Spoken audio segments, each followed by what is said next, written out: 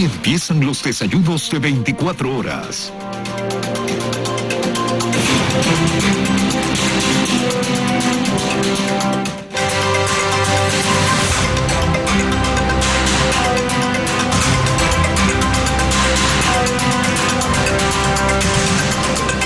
Muy bien, damos la bienvenida en el estudio de los desayunos de 24 horas a Marisol Andrade, directora nacional del Servicio de Rentas Internas. Marisol, bienvenida, buenos días. Buenos días, Janet.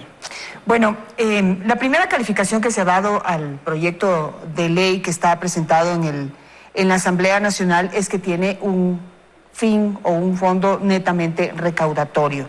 ¿Usted coincide? Janet, definitivamente el proyecto de ley de crecimiento económico tiene varios objetivos. Uno de ellos, sin lugar a dudas, es generar recursos para el presupuesto general del Estado. Pero no podríamos llegar a concluir que únicamente tiene ese fin. El principal en materia tributaria, sin lugar a dudas, es generar ese régimen, ese sistema tributario simplificado. ¿Y por qué quiero resaltar aquello? Los ciudadanos, los contribuyentes, día a día en cada uno de los conversatorios, en los diálogos que hemos mantenido, pues, ¿qué nos solicitan? Yo quiero cumplir con mis obligaciones, pero quiero hacerlo de manera fácil, sencilla.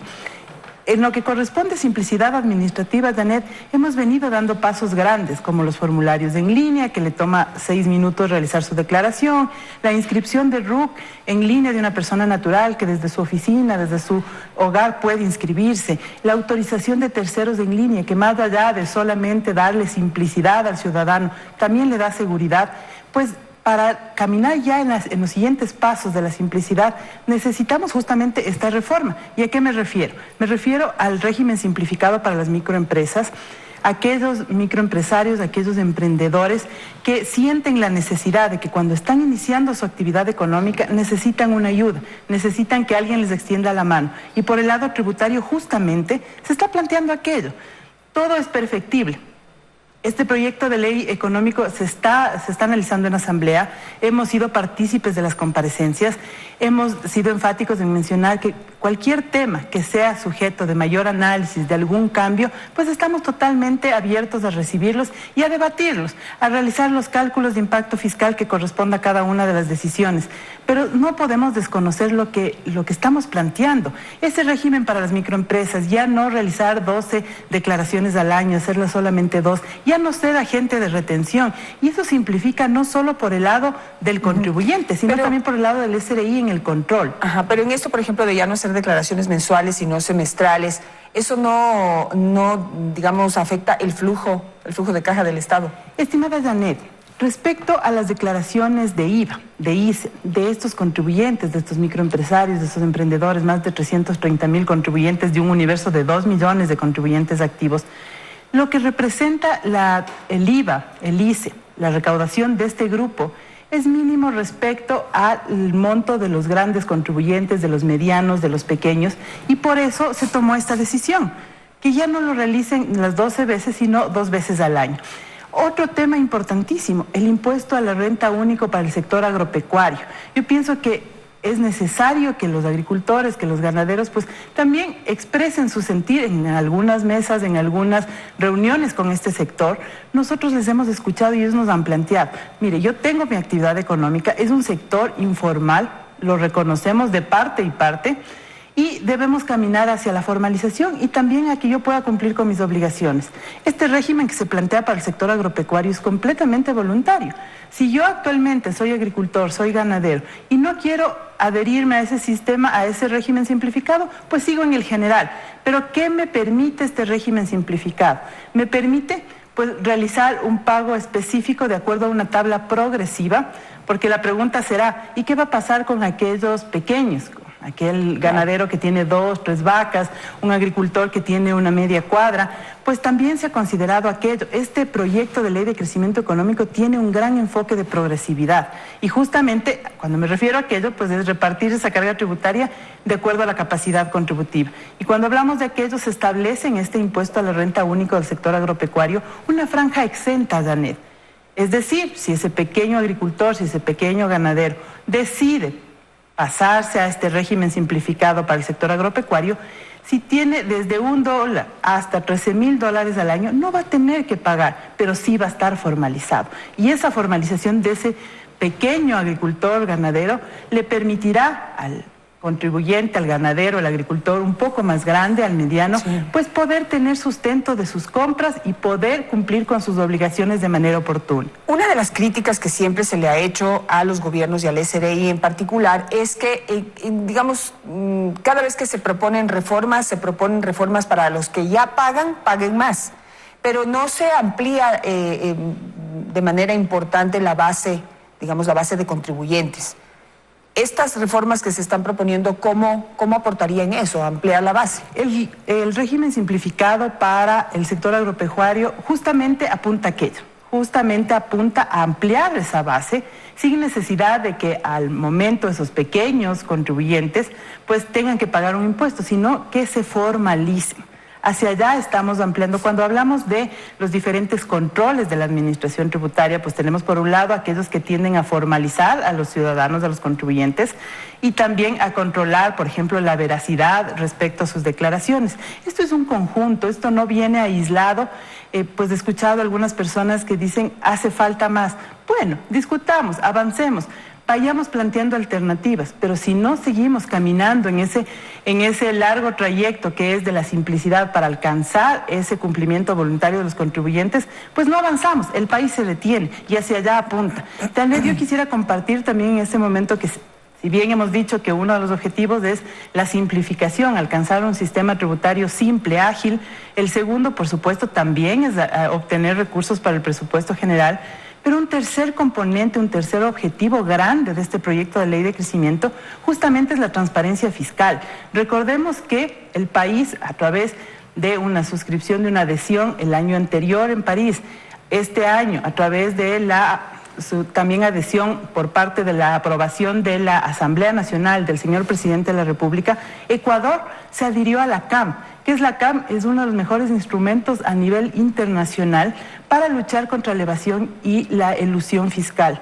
Y justamente este tercer componente del proyecto de ley de crecimiento económico tiene ese enfoque de transparencia. Se han incluido algunas normas de las mejores prácticas internacionales de la OCDE para evitar, por ejemplo, la erosión de la base imponible, evitar que existan prácticas elusivas que hagan que el contribuyente pues pague menor impuesto a la renta. Sin lugar a dudas, en ningún momento alterar o pues irnos en contra de algún derecho de los contribuyentes. Más bien nosotros estamos proponiendo en este proyecto de ley de crecimiento económico que ese catálogo de derechos del contribuyente, al ser escuchado, el ser informado, el ser atendido oportunamente, actualmente consta ese catálogo en una resolución, Janet. Nosotros planteamos que este catálogo ya no esté solamente en una resolución, sino que sea elevado a ley, justamente por ese respeto, por lo que tenemos que hacer diariamente como funcionarios públicos respecto al contribuyente. Sí, pero es cierto que a través de este proyecto, y hablando de transparencia, se prohíbe la publicación, divulgación o, digamos, como que se protegen los datos de los contribuyentes. Es decir, ya no puede uno entrar a ver cuánto aporta quién. ¿Por qué? No, Janet. Todo lo que actualmente es información pública se la seguirá manteniendo como tal. El ejemplo que usted acaba de dar justamente es lo que nos ordena, lo que nos dispone el Código Tributario en su artículo 90. Nos dice, Servicio de Rentas Internas, ustedes anualmente tienen que publicar, tienen que difundir los valores pagados y los no pagados por los contribuyentes. Ustedes actualmente, si ingresan a nuestra página, van a encontrarse, por ejemplo, con aquellos contribuyentes que mantienen deuda, y pues aprovecho este espacio para hacer una aclaración. He escuchado algunos actores de la economía que han manifestado que en nuestra página web constan los 25 contribuyentes más grandes que tienen deuda y que el SRI no cobra. No, totalmente 500 falso. millones, dice. Totalmente falso. Esa cartera está de esos contribuyentes que está manifestando aquellos sectores, está totalmente en juicios coactivos. Están ejecutadas medidas cautelares como la prohibición de salida del país, como retención de fondos, como prohibición de enajenar bienes. Todo está bajo los procesos que nos corresponden. ¿Por qué la gente no paga impuestos? Digamos, ¿por qué tenemos otra vez estas 25 empresas que están otra vez en juicios coactivos? Muchas de ellas otra vez, otras son nuevas. Sí, Janet, hay una combinación. Hay aquel contribuyente que por uno u otro motivo personal pues no pudo cumplir a tiempo. Hay otros contribuyentes que justamente utilizan algunas malas prácticas para haciendo uso de aquellas, pagar menos impuestos, y es cuando el Servicio de Rentas Internas realiza sus controles y efectivamente pues determina glosas. Ustedes deben, es de conocimiento público, el día de ayer se transmitió aquella noticia de los allanamientos que realizó la Fiscalía General del Estado en 4 provincias del país. ¿De dónde derivaron estos allanamientos? Justamente de una denuncia presentada por el Servicio de Rentas Internas en mayo de este año respecto a defraudación tributaria relacionada con empresas fantasmas. Hasta el momento, este control de empresas fantasmas nos ha generado más allá de 900 millones de dólares para el país, 860 empresas fantasmas determinadas, catalogadas como tal por el Servicio de Rentas y más de 20,000 clientes relacionados. ¿Por qué comparto aquello? Porque realmente es necesario que la ciudadanía tenga conciencia de qué pasa el momento en el cual yo cometo una práctica que me permite evadir. No solamente es el pago del impuesto, quizás dirán, pero bueno, el Servicio de Rentas me va a determinar, me identificará un valor a pagar, lo cancelo y listo. No es así. La defraudación tributaria tiene atrás un tema penal. Y en estos casos, como en otros que ya hemos tenido sentencias en el país, pues está determinado prisión justamente para aquella persona, para el contribuyente, para el contador, para aquellas personas relacionadas a estas tramas, que es el trabajo de la administración tributaria. Como quisiéramos que mañana no tengamos ni un solo caso de defraudación, sí, no tengamos que presentar denuncias penales por el buen comportamiento de los contribuyentes. Quisiera ir sobre las propuestas que están en la ley, otras propuestas que están en la ley, y es que las empresas, a partir de que ganan $1 millón, tendrían que hacer una contribución del 0,01% de sus ingresos al fisco. Pero se decía, o se dice que, no quiero dar un número para no equivocarme, pero muchas de ellas pierden dinero. Es decir, no todas las empresas llegan al final del año con la proyección que tenían y por A o B motivo pierden plata. Entonces, esas empresas que pierden dinero, ¿cómo van a pagar? No sé si tienen ese cálculo de cuántas de las empresas finalmente cada año pierden dinero. Janet, de las sociedades que está establecido de acuerdo al proyecto que superen el $1 millón, de $1 millón a 5 es del 0.10%. Esa precisión quisiera hacerla, no es del 0.01. 0.10, 0.1. 0.1%, de 5 a 10, 0.15 y superado los 10 millones, 0.20. En el texto menciona que esta contribución temporal no podrá ser superior al 25% del impuesto a la renta causada. De las cifras, en porcentaje, me voy a permitir compartir con usted este total de más de 10.500 sociedades que tienen que presentar esta contribución. El 90% tiene un total, hablemos de aquellas sociedades que tienen más de $1 millón de ingresos, tienen ganancia.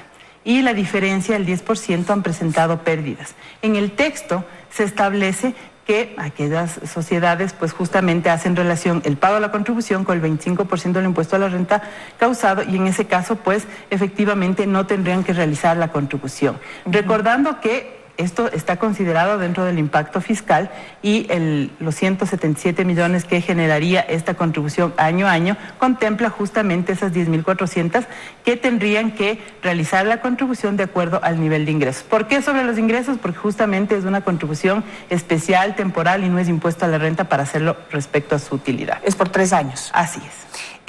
Hay otra, digamos, entre los temas que se han debatido y que se han ventilado en los últimos días, es esta decisión de que quienes ganan más de $8.300 cada mes ya no pueden deducir sus gastos. ¿Qué porcentaje de la población, digamos, que tiene trabajo, gana ese sueldo? Ya.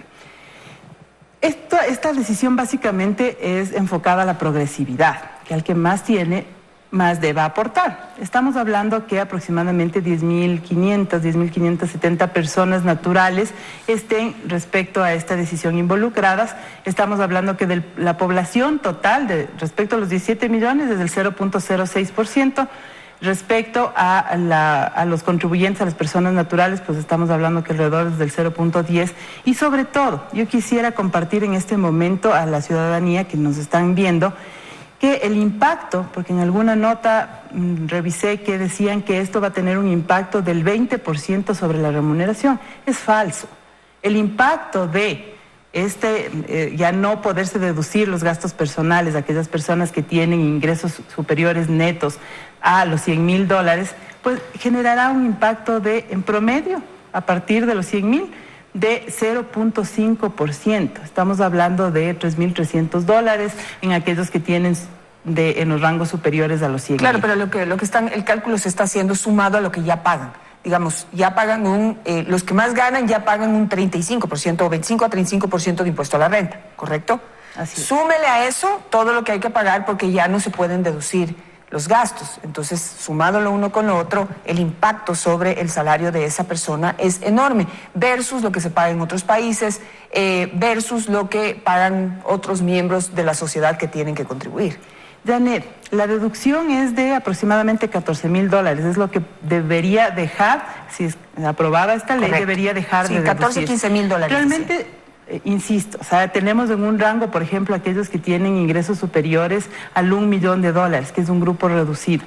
Y yo creo que todos somos conscientes, esto es perfectible, hay quienes han manifestado de que debería más bien revisarse la tabla, hacerse más progresiva, subir el porcentaje en la tabla, pues está en este momento el proyecto en la Asamblea Nacional, se han recibido esas comparecencias, analicemos, pero el enfoque que básicamente tiene y que no lo debemos olvidar es la progresividad. Y cuando hablamos de a quienes afectan, por supuesto es un grupo reducido de quienes pues tienen esa bendición de tener ingresos superiores a los $100.000. Claro, pero de todas formas hay que también no satanizar a ese grupo, ¿no? Porque muchas de las personas que han llegado a ese grupo han sido personas que han hecho un esfuerzo enorme por estudiar afuera, han hecho un esfuerzo enorme para prepararse, han hecho un enorme esfuerzo para crecer, es decir, no son grandes herederos que de la nada hoy ganan $8.300 mensuales, sino que han hecho un esfuerzo en su preparación profesional para poder estar en un sitio en donde pueden aplicar conocimientos adquiridos con mucho esfuerzo y después de mucho trabajo. Sí, así es, ni nadie les está satanizando. Sí, recordemos que también hay personas naturales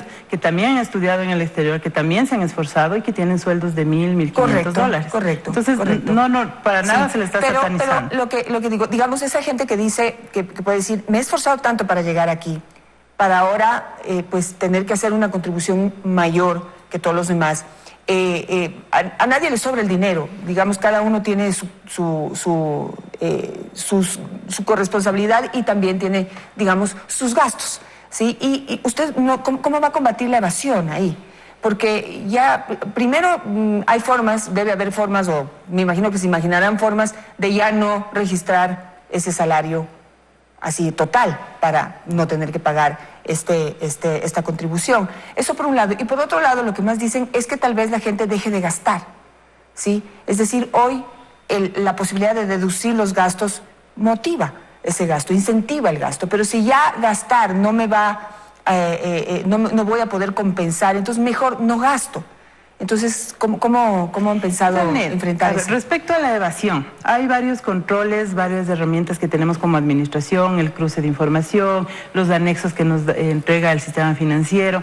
Recordemos que ya el próximo año pues también tendremos el intercambio automático a través de nuestra adhesión a la CAM, que nos permitirá tener la información de cuentas financieras de residentes ecuatorianos en más de 130 países. Esta es una herramienta muy potente para la evasión y que desde el próximo año pues ya la tendremos como administración ecuatoriana para poder efectuar nuestros controles. Respecto al segundo tema que usted manifiesta, que va a bajar el consumo.